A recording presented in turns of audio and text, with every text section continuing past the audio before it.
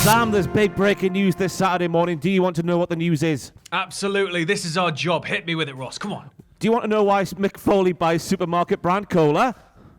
Why? Because he always goes for the cheap pop. I am Ross Twiddell from Cultaholic Wrestling. He is Sam Driver from Cultaholic Wrestling. Huge breaking news this morning. Mick Foley loves a cheap pop. Here are the other headlines on this crispy Saturday morning. We have the latest on Andrade after he requested his release from WWE earlier this week. We have out of kayfabe quotes from Kenny Omega regarding the pyro botch at AEW Revolution. And a WWE superstar considered their retirement last year. Find out who in a little tickle. So yesterday, Sam, we filmed the Cultaholic Wrestling podcast on Friday morning with the sole intention of not missing the big breaking news like we do every single pissing week. But literally, as Richard pressed stop recording on the Zoom call, news broke that apparently Andrade had requested his release from WWE after he, of course, had changed all his social media bios and whatnot to remove any mention of WWE.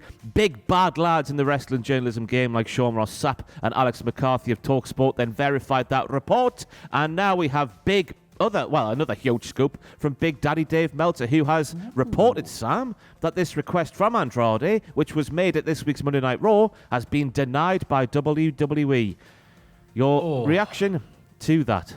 It never feels good whenever it's like, oh yeah, the request was denied. Because it's like, okay, well, what are you going to do now? Are you going to keep this person off TV for the remainder of their contract? Are you going to try and make good with them and we'll have a really transparent, like, boom, inserted into a big storyline? Like, is there going to be any attempt to smooth it over? Like, any attempt to meet in the middle and try and address the issues that have led to it? But you just got to feel for the talent more than anything, because if you make your mind up and you're like, you know, WWE is the biggest company in the world when it comes to wrestling. So to leave that and leave that platform, you've got to be pretty sure. And then to have them just go, nah. It's infuriating because it's like, yeah, if you want to not let him go, fair enough. But in that case, use the guy. Because I don't know if they realise, right? I'm sure they do realise this, but for some reason he doesn't get used at all. He is better at the wrestles than most of the wrestlers in WWE today. And I know what holds him back. It's obviously the fact that he can't cut a promo, but that's not his fault whatsoever. It's not his fault that English is not his native tongue. They had that remedied. They had that completely nailed on with Zelina Vega. She would cut the promos, he would do the wrestling. It worked. Why that didn't go anywhere, well, as far as it could have, it boggles the mind, doesn't it? And the thing is as well, with them denying him his release, that means they know he's good at wrestling. That means they know he can draw. That means they know he can put on great matches, because why else would you say no? Mm-hmm. Because there are so many other options for him. He can go back to Mexico, he can go to AEW, he can go to New Japan, he can go anywhere he wanted. And put on amazing matches, and people would be very much on his side. So you can't just cling to him and then not use him. It's like keeping a toy in the box on the shelf and just sort of looking at it. Like, I don't know. And I'm sure we sat here on the news not too long ago speaking about Charlotte Flair pitching like an on-screen relationship, bringing their real-life relationship, of course, onto the TV show. And WWE said no to that as well. So what is going on with Andrade? I have no idea. What we do know, Sam, is that his last televised match was on October the 12th, where he lost to Angel Garza inside 2 minutes and 30 seconds before The Fiend ate him. So it's been 5 months. It's been a long bloody time. And I tell you what... 5 months, man. No Andrade. Yeah, no. I put a tweet out last night just with a picture of Zelina cutting a promo, Andrade standing there having just done some fantastic wrestles, like we all know he can't do. And I just put, this worked. It should have gone a lot further than it should. Yeah. And people replied, it still could do. Zelina Vega's outside the company.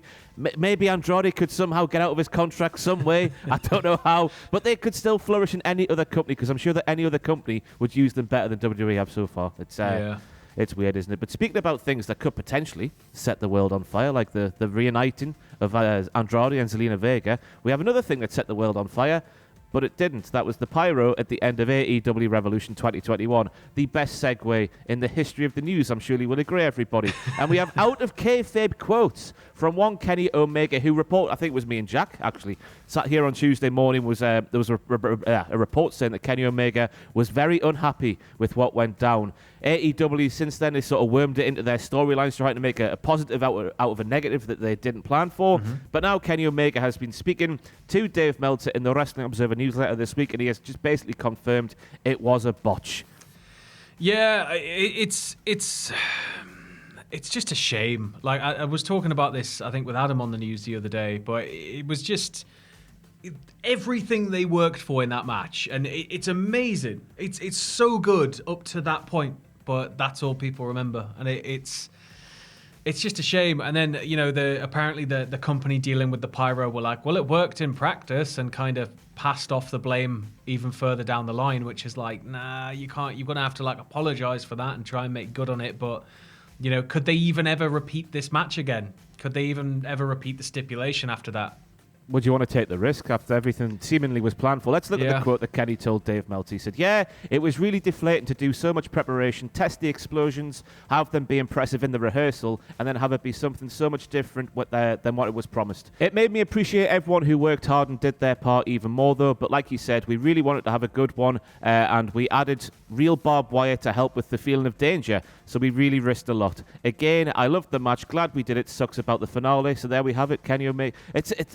I mean, what do you do? Because coming out of this, which they obviously didn't plan for, I like the way they worked it into storylines because they left it very much open-ended.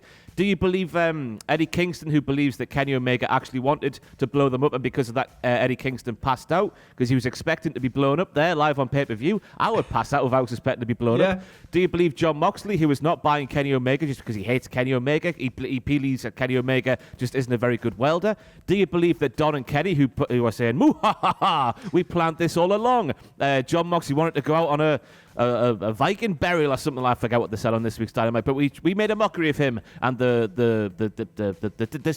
disappearance he wanted. I'm struggling here on Saturday morning, Sam. Who do you believe? I like the way they left it so open-ended. That's the thing. There's sort of an element of each of them that are completely viable. But for me, I think the Eddie Kingston passing out of fear works really well, and the idea that it would be like a malicious thing in order to go like, yeah, you were all expecting this big thing. Well, that type. It just kind of laughs off. But the only problem there is with that. There was real barbed wire, and there was all of those other things. But I guess the explosion was the main part of that match, wasn't it? So it does make sense. The only thing that needs cleared up, if it even needs cleared up at this stage at all now, is just the commentators' reaction. Because while Excalibur did give up halfway through, the commentators did still react like it was, it all went to plan, which was a bit weird. And now we have happenings from last night's SmackDown, and Sam has informed me that Tamina has pinned Bianca Belair on the road to WrestleMania. I haven't seen last night's SmackDown, so I'm not sure whether to believe Sam. Well, let Sam explain to you right now what's happened, and I will bask in all of its glory. Sam, take it away.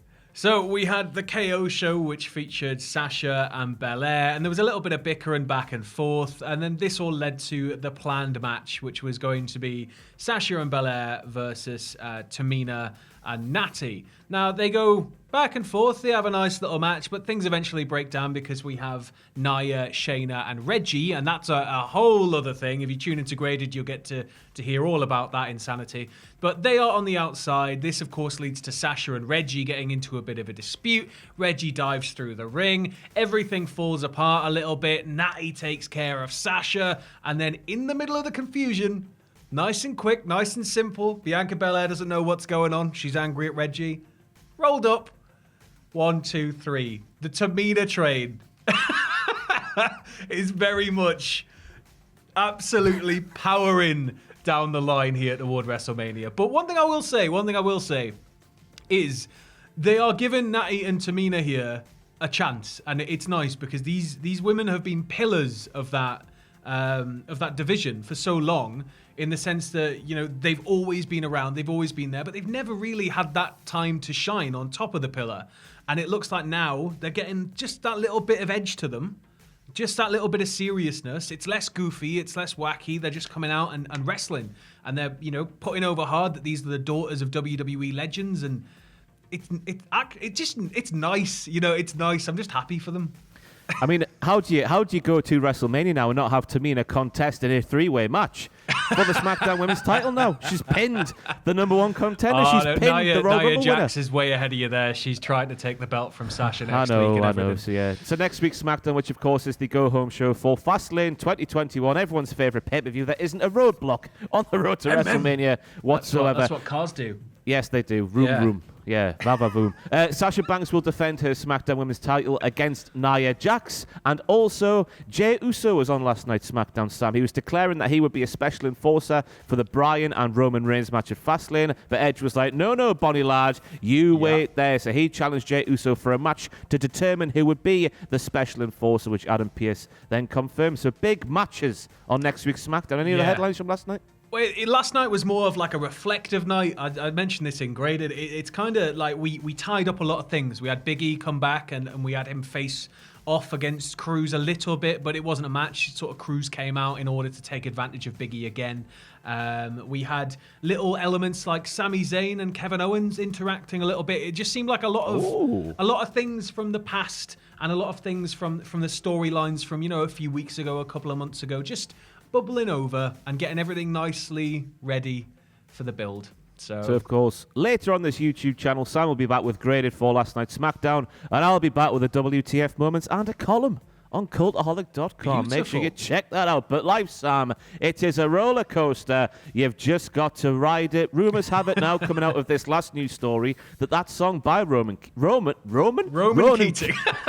That song written by Roman Reigns all the way back in the year 2001 or whatever it was actually written about our next news story. And that's because brand new NXT Women's Champion, she's on top of the world now, Ember Moon, has revealed that she considered retiring from professional wrestling just last year. And if that's not a roller coaster of emotions, I don't know what is. It's crazy, to think that we would have not had such a talent, and it's just been such a roller coaster ride for her anyway so far, hasn't it? It's the fact that we could have lost out on having Ember Moon and having someone that is going to be a very, very big star one day. I firmly believe that.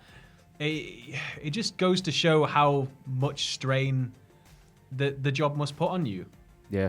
So, of course, on this week's NXT, just in case you've missed it, Raquel Gonzalez and Dakota Kai were handed the brand new NXT Women's Tag Team Championships. They were then challenged by Shotzi Blackheart and Ember Moon. Later in the night, Ember Moon and Shotzi won the tag team titles from Raquel and Dakota, but Raquel's going to be fine.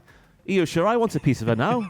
How's your look there, eh? It'll be all right. How's your look there? You lose a title and the actual big champion comes and challenges you. Anyway, Ember Moon took the Instagram last night and she put this lovely, wholesome thing. She said, it's taken me a few days to process this being winning the tag team titles on NXT. Last year, around this time, I was thinking I would never enter a ring again and was considering retiring. And now I can call myself a champion again. 2 years and 11 months since the last time I held gold. I'm doing it with someone I truly consider a sister. That's Shotzi Blackheart. And then she goes on to thank Shotzi Blackheart for being just a lovely person. And it's just a very nice thing to read, Sam.